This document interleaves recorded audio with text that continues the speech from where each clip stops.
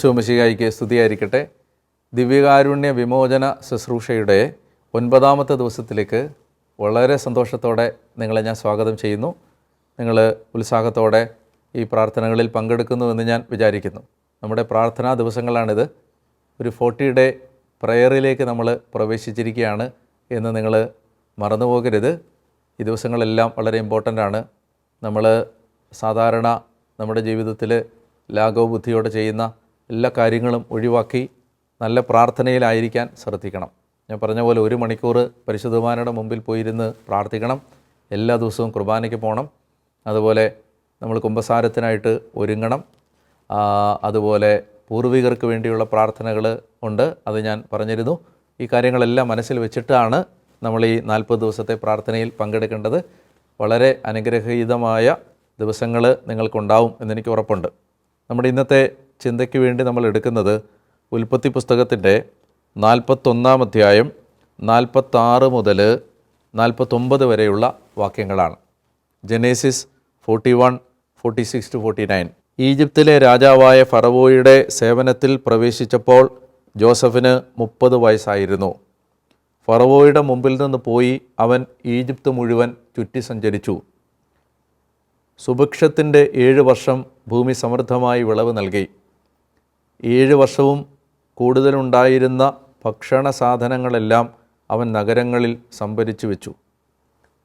ഓരോ നഗരത്തിനും ചുറ്റുമുള്ള വയലുകളിലെ ഭക്ഷ്യം അതത് നഗരത്തിൽ തന്നെ സൂക്ഷിച്ചു. കടൽക്കരയിലെ മണൽ പോലെ കണക്കറ്റ ധാന്യം ജോസഫ് ശേഖരിച്ചു വെച്ചു. അതളക്കാൻ വയ്യാത്തത് കൊണ്ട് അവൻ അളവ് നിർത്തി. നമ്മൾ ധാന്യം ശേഖരിച്ചു വെച്ച് അന്നത്തെ ആ ലോകത്തെ രക്ഷിക്കുന്ന ജോസഫിനെ കുറിച്ചാണ് വായിച്ചത്. ഞാൻ നിങ്ങളുടെ ചിന്തയിലേക്ക് ഒരു 11 കാര്യങ്ങൾ വെക്കാൻ ആഗ്രഹിക്കുന്നു. ആ 11 കാര്യങ്ങൾ ജോസഫും യേശുവും തമ്മിലുള്ള താരതമ്യമാണ്. പഴയ നിയമത്തിലെ ജോസഫും നമ്മുടെ കർത്താവായ യേശുവും തമ്മിലുള്ള 11 സാദൃശ്യങ്ങൾ നമുക്ക് ബൈബിളിൽ നിന്ന് കണ്ടെത്താനായിട്ട് ശ്രമിക്കാം. ഒന്നാമത്തേത്, അവർ രണ്ടുപേരും അവരുടെ അപ്പൻ്റെ ഏറ്റവും പ്രിയപ്പെട്ട മകനായിരുന്നു.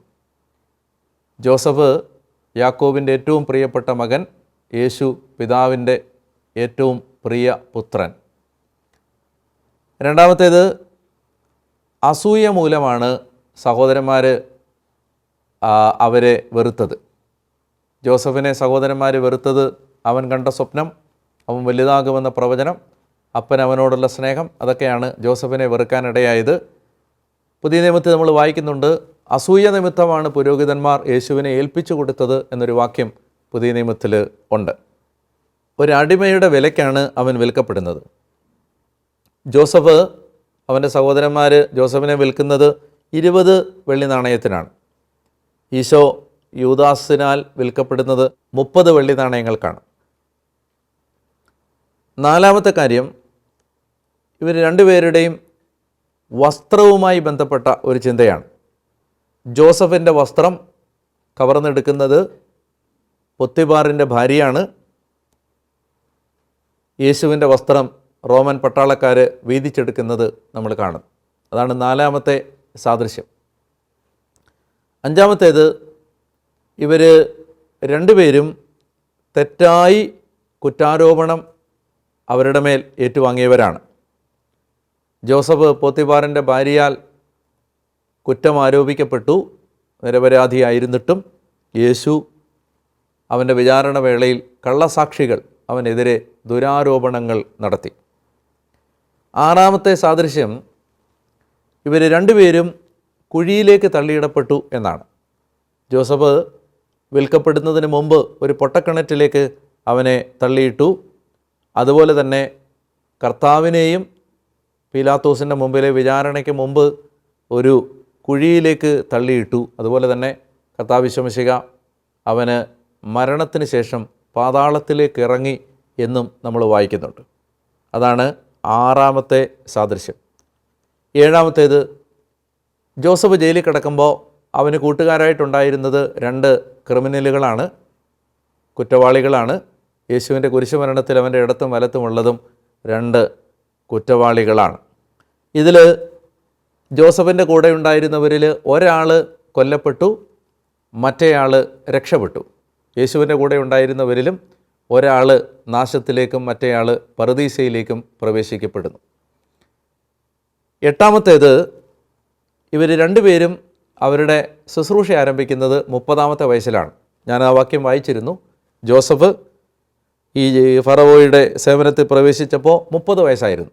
യേശു തൻ്റെ പരസ്യജീവിതം ആരംഭിക്കുമ്പോഴും 30 വയസ്സായിരുന്നു.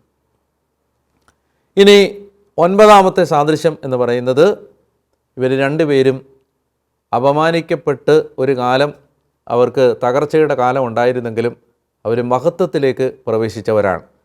ജോസഫ് ഫറവോയുടെ 2-ാം സ്ഥാനക്കാരനായി അവൻ്റെ 2-ാം രഥത്തിൽ ഇരുത്തി അവനെ ലോകപ്രകാരം രാജകീയ പദവിയിലേക്ക് അവനെ ഉയർത്തി.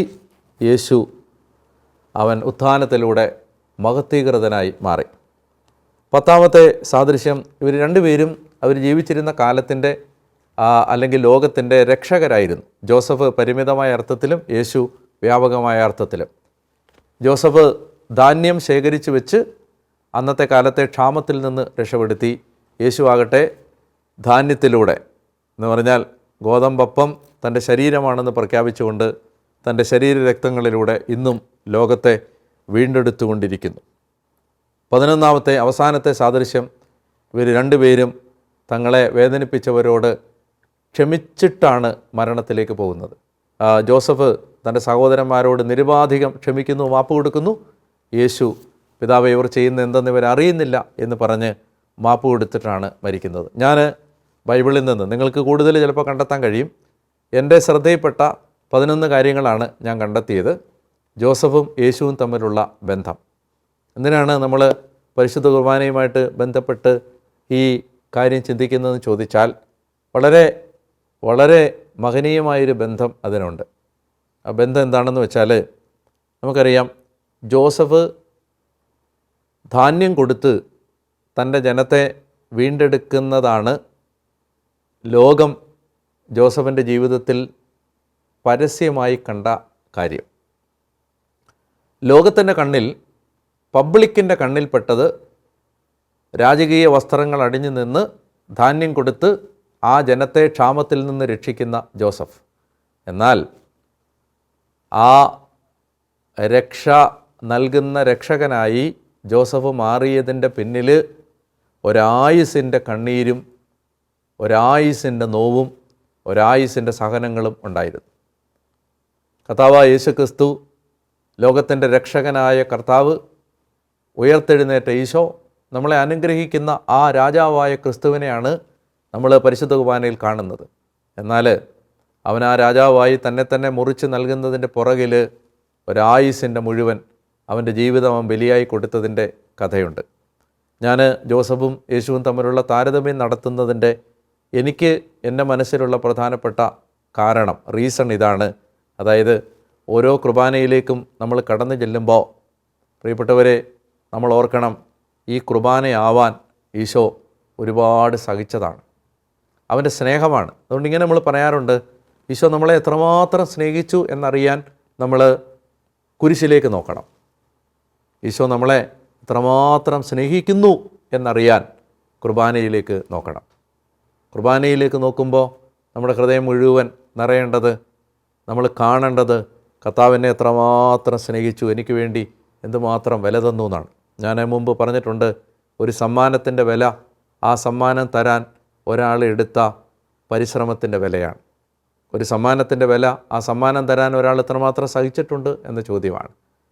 വിശുദ്ധ കുർബാന തരാൻ വേണ്ടി ഈശോ സഹിച്ചതുപോലെ ഈശോ മറ്റൊന്നിനും വേണ്ടി സഹിച്ചിട്ടില്ല. അതുകൊണ്ട് ഓരോ കുർബാനയും നമുക്ക് നിറഞ്ഞ കണ്ണുകളോടെ മാത്രമേ കാണാൻ കഴിയൂ. നമുക്ക് കർത്താവ് നമുക്ക് വേണ്ടി തൻ്റെ ജീവൻ തീരെഴുതി തന്ന ആ മഹാസ്നേഹമാണ് കുർബാനയിൽ നമ്മൾ കാണുന്നതെന്ന് ഒരു വിശുദ്ധ കുർബാന കാണുമ്പോൾ നമുക്ക് മനസ്സിലാക്കാൻ, അപ്രീഷിയേറ്റ് ചെയ്യാൻ കഴിയട്ടെ എന്ന് ഞാൻ പ്രാർത്ഥിക്കുന്നു. നമ്മുടെ ഇന്നത്തെ ചിന്തയ്ക്ക് വേണ്ടി നമ്മൾ എടുക്കുന്ന, അല്ലെങ്കിൽ നമ്മൾ പരിശീലിക്കേണ്ട പുണ്യം എന്ന് പറയുന്നത് മിതഭോജനമാണ്. ഭക്ഷണാസക്തി, ഭക്ഷണം ഒരു വലിയ പ്രലോഭനമായിട്ട് മാറുന്ന ഒരു കാലമാണിത്. അതുകൊണ്ട് നമ്മളൊരു ഉപവാസത്തിൻ്റെയും പ്രാർത്ഥനയുടെയും ദിവസങ്ങളായിട്ട് തന്നെയാണ് ഇത് എടുക്കുന്നത്. നമ്മുടെ ജീവിതത്തിൽ ഉണ്ടാവേണ്ട ഒരു പുണ്യമാണ് മിതഭോജനം. ഭക്ഷണത്തോട് നമ്മൾ കാണിക്കുന്ന ഒരു പക്വമായ സമീപനം. ഭക്ഷണത്തിന് അത് അർഹിക്കുന്ന വില മാത്രം കൊടുക്കുന്ന ഒരു സമീപനം. ഭക്ഷണത്തിന് വേണ്ടി മാത്രം ജീവിക്കുന്ന ഒരു കാലത്തിന് പ്രതിരോധം തീർക്കേണ്ട ആളുകളാണ് നമ്മൾ. അപ്പോൾ അതാണ് പുണ്യം. അപ്പം അങ്ങനെയാണെങ്കിൽ എന്താണ് പാപം? അമിത ഭോജനമാണ് പാപം.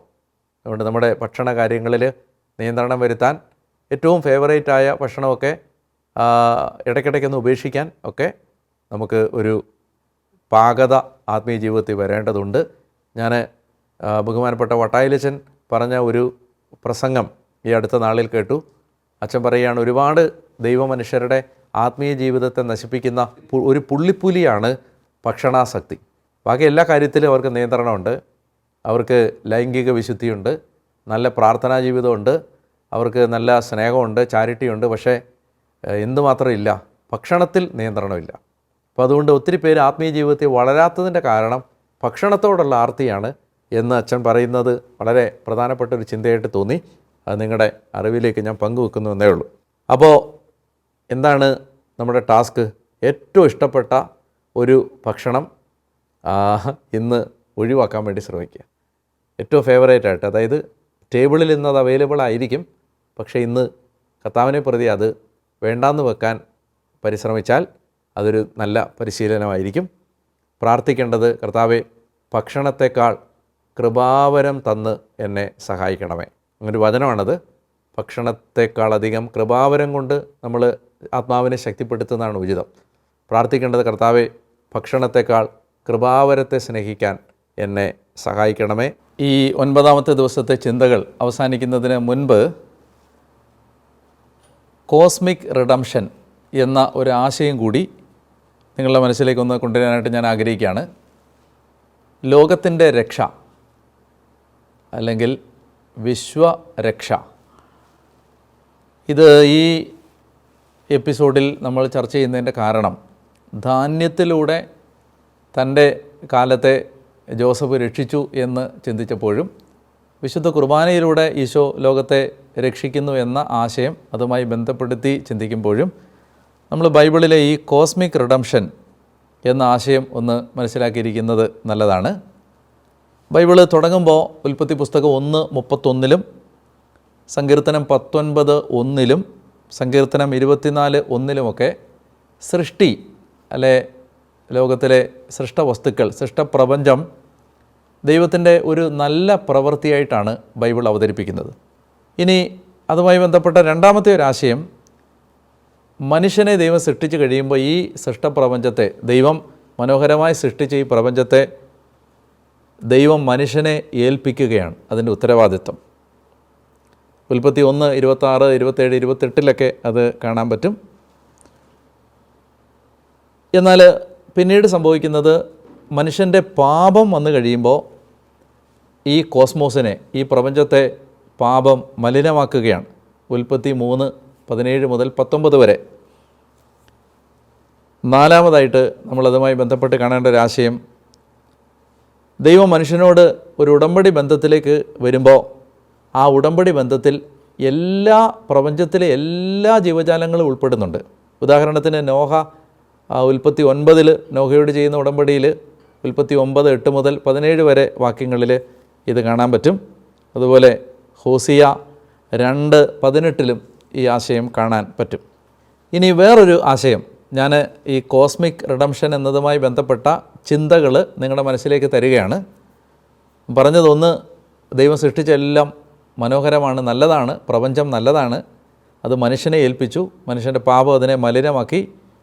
ഇനി നാലാമതായിട്ട്, ഈ ദൈവത്തിൻ്റെ ഉടമ്പടി എല്ലാ ജീവജാലങ്ങളോടുമായിട്ടാണ്, മനുഷ്യനോട് മാത്രമല്ല ദൈവം ഉടമ്പടി ചെയ്യുന്നത്. ഇനി യേശുവിനെ പുതിയ നിയമം അവതരിപ്പിക്കുമ്പോൾ യോഹന്നാൻ 1:1 മുതൽ 3 വരെ, കൊളോസോസ് 1:15 മുതൽ 17 വരെ ഒക്കെ അവതരിപ്പിക്കുമ്പോൾ അവൻ എല്ലാറ്റിനെയും താങ്ങി നിർത്തുന്നവൻ എന്നൊരാശയം പറയുന്നുണ്ട്. അതായത് സകല സൃഷ്ടികളെയും താങ്ങി നിർത്തുന്നവനാണ് ക്രിസ്തു എന്നൊരാശയം അവിടെ പറയുന്നുണ്ട്. മറ്റൊരു പ്രധാനപ്പെട്ട ആശയമാണ്, യേശു തൻ്റെ കുരിശിലൂടെ ഈ സർവ്വപ്രപഞ്ചത്തെയും ദൈവവുമായി അനുരഞ്ജനപ്പെടുത്തി. കൊളോസോസ് 1:19-20, എഫേസോസ് 1:9-10 ഒക്കെ ഈ ആശയമാണ് കാണുന്നത്. ഇനി യേശുവിൻ്റെ ഉത്ഥാനം പുതിയ സൃഷ്ടിയുടെ ആരംഭമാണ്, ന്യൂ ക്രിയേഷൻ തുടങ്ങുകയാണ്. വേറൊരു പ്രധാനപ്പെട്ട ആശയം റോമാലേഖനം 8:19-23 വരെ വാക്യങ്ങളിൽ നമ്മൾ കാണുന്നത്, ഈ സൃഷ്ടപ്രപഞ്ചം വീണ്ടെടുപ്പിന് വേണ്ടി കരഞ്ഞുകൊണ്ടേയിരിക്കുന്നു, വിലപിച്ചുകൊണ്ടേയിരിക്കുന്നു. റോമർ 8:19-23 വരെ നിർബന്ധമായിട്ട് നിങ്ങളത് വായിച്ചു നോക്കണം. പ്രപഞ്ചം ഈറ്റുനോവ് അനുഭവിക്കുകയാണ്, വിങ്ങിക്കരഞ്ഞുകൊണ്ടേയിരിക്കുകയാണ്. എന്തിനു വേണ്ടി? രക്ഷയ്ക്ക് വേണ്ടി. മനുഷ്യൻ്റെ പാപം മലിനമാക്കി ഈ പ്രപഞ്ചം വീണ്ടെടുപ്പിന് വേണ്ടി കരഞ്ഞുകൊണ്ടേയിരിക്കുന്നു. അങ്ങനെയുള്ള ഒരു പശ്ചാത്തലത്തിലാണ് കർത്താവ് ഈ പ്രപഞ്ചത്തിൽ നിന്ന് എടുക്കുന്ന, സസ്യജാലങ്ങളിൽ നിന്നെടുക്കുന്ന ധാന്യവും അതുപോലെ തന്നെ മരങ്ങളിൽ നിന്ന്, ആ മുന്തിരി ചെടിയിൽ നിന്നെടുക്കുന്ന മുന്തിരിപ്പഴവും ആ മുന്തിരിച്ചാറും ഈ ബലിപീഠത്തിലേക്ക് വെക്കുമ്പോൾ ഈ പ്രപഞ്ചം മുഴുവൻ ഈ ദിവ്യകാരുണ്യത്തിൻ്റെ അൾത്താരയിലേക്ക് സമർപ്പിക്കപ്പെടുകയാണ്. അവിടെ പ്രപഞ്ചത്തിൻ്റെ വീണ്ടെടുപ്പ് ഈ ബലിയിലൂടെ നടക്കുന്നു എന്ന ഒരു പ്രതീകാത്മകമായ അർത്ഥം കൂടി ദിവ്യകാരുണ്യത്തിന് ഉണ്ട്. അപ്പോൾ ഈ പ്രപഞ്ചത്തെ മുഴുവൻ രക്ഷിക്കാനുള്ള ദൈവത്തിൻ്റെ പ്രവൃത്തിയുടെ ഭാഗം കൂടിയാണ് പരിശുദ്ധ കുർബാന എന്ന ആരാധന എന്നൊരാശയം അതിനകത്ത് മനോഹരമായിട്ട് അവതരിപ്പിക്കപ്പെടുന്നുണ്ട്. ഈ പുതുതാക്കപ്പെടാൻ വേണ്ടി പ്രപഞ്ചം കാത്തിരിക്കുന്നു എന്ന ആശയം നമുക്ക് ബൈബിളിൽ പലയിടങ്ങളിൽ കാണാൻ പറ്റും. അതിൻ്റെ ഭാഗമായിട്ടാണ് ബൈബിളിലെ വേറൊരാശയത്തെ നമ്മൾ കാണേണ്ടത്. ആ ആശയമാണ് സർവ്വപ്രപഞ്ചവും ദൈവത്തെ ആരാധിച്ചുകൊണ്ടിരിക്കുകയാണ്. ഞാൻ നേരത്തെ പറഞ്ഞത്, വിശുദ്ധ കുർബാനയിലേക്ക് ഈ അപ്പവും വീഞ്ഞും കൊണ്ടുവരുമ്പോൾ പ്രപഞ്ചം മുഴുവൻ ഈ അൾത്താരയിലേക്ക് കൊണ്ടുവരപ്പെടുകയാണ്, രക്ഷപ്പെടാൻ വേണ്ടി, രക്ഷിക്കപ്പെടാൻ വേണ്ടി. ഇപ്പോൾ ലത്തീൻ കുർബാനയിൽ ഈ അപ്പം സമർപ്പിക്കുമ്പോഴും വീഞ്ഞ് സമർപ്പിക്കുമ്പോഴും ഭൂമിയുടെയും മനുഷ്യപ്രയത്നത്തിൻ്റെയും ഫലമായ അപ്പം, ഈ വീഞ്ഞ്, അങ്ങനെയാണല്ലോ പറയുന്ന പ്രാർത്ഥന.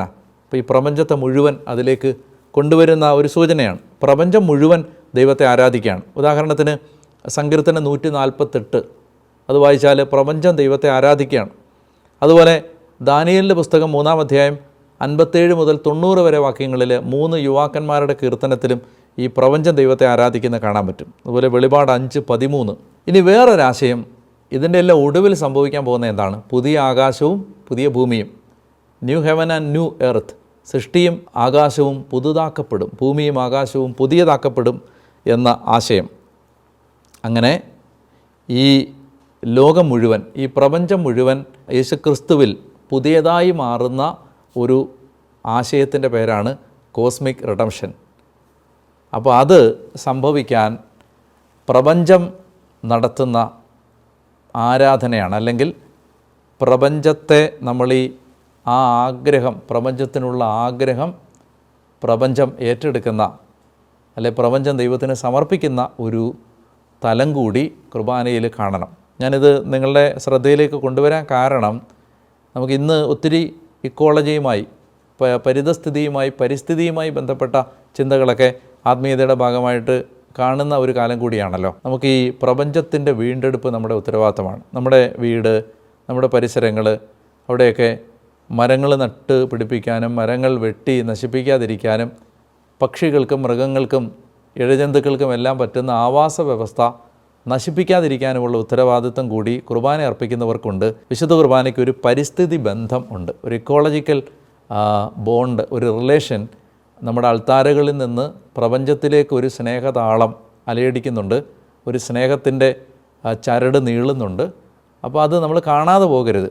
പ്രത്യേകിച്ച് നമ്മുടെ പരിസരങ്ങളൊക്കെ മനോഹരമായിട്ട് നല്ല ചെടികളും പൂക്കളും മരങ്ങളും ഒക്കെ വെച്ച് പിടിപ്പിച്ച് ഒരു ബ്യൂട്ടിഫുള്ളായിട്ട് പ്രപഞ്ചത്തെ കാത്തു സൂക്ഷിക്കുന്നത് ഒരു നല്ല സ്പിരിച്വാലിറ്റിയുടെ ഭാഗമാണ്. നമുക്കുള്ള എൻവയോൺമെൻറ്റ് നന്നായിട്ട് സൂക്ഷിക്കാൻ നമ്മുടെ അൾത്താരയിലെ ബലി നമ്മളെ ഓർമ്മിപ്പിക്കുന്നുണ്ട്. ഒന്നും വലിച്ചെറിയാതിരിക്കാനും, പ്ലാസ്റ്റിക് വലിച്ചെറിയാതിരിക്കാനും, അതുപോലെ തന്നെ പ്രപഞ്ചത്തിന് നാശമാകുന്നതൊന്നും ചെയ്യാതിരിക്കാനും ഒക്കെയുള്ള ഒരു ഉത്തരവാദിത്വം ഓർക്കാനും കൂടി ഈ ദിവസം കഴിയട്ടെ എന്ന് ഞാൻ പ്രാർത്ഥിക്കുകയും ചെയ്യുന്നു. നമുക്ക് ഇന്നത്തെ ആരാധനയുടെ ആശീർവാദത്തിലേക്ക് കടക്കാം.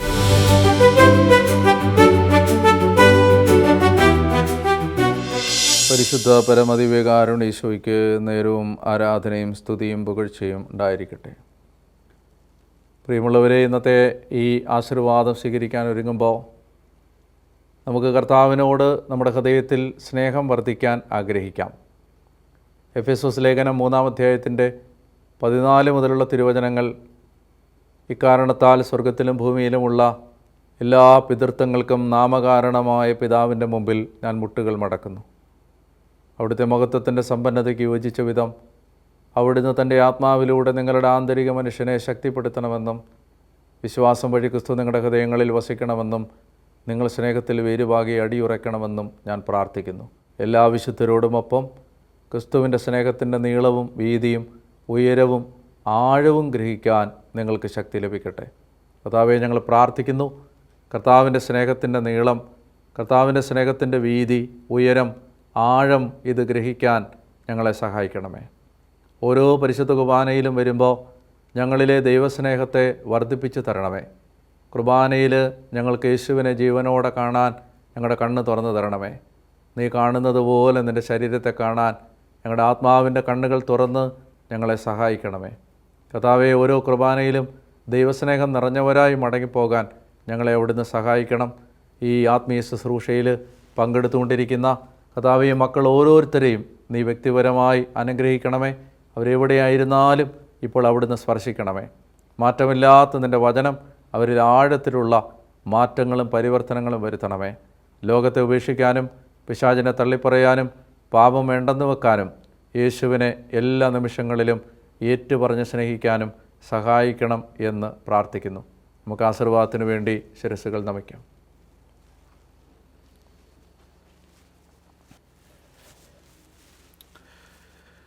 കാരുണ്യവാനായ ദൈവം അവിടുത്തെ അനന്ത കൃപയാൽ നിങ്ങളെ ആശീർവദിച്ച് അനുഗ്രഹിക്കട്ടെ. ഈ ദിവ്യകാരുണ്യ വിമോചന ശുശ്രൂഷയിൽ പങ്കെടുത്തുകൊണ്ടിരിക്കുന്ന നിങ്ങളുടെ ജീവിതത്തിലെ എല്ലാ പ്രതിസന്ധികളിലും കർത്താവിൻ്റെ അനുഗ്രഹം കടന്നു വരട്ടെ. ലോകം അസാധ്യമെന്ന് കരുതുന്ന കാര്യങ്ങൾ ദൈവം നിങ്ങൾക്ക് സാധ്യമാക്കി തരട്ടെ.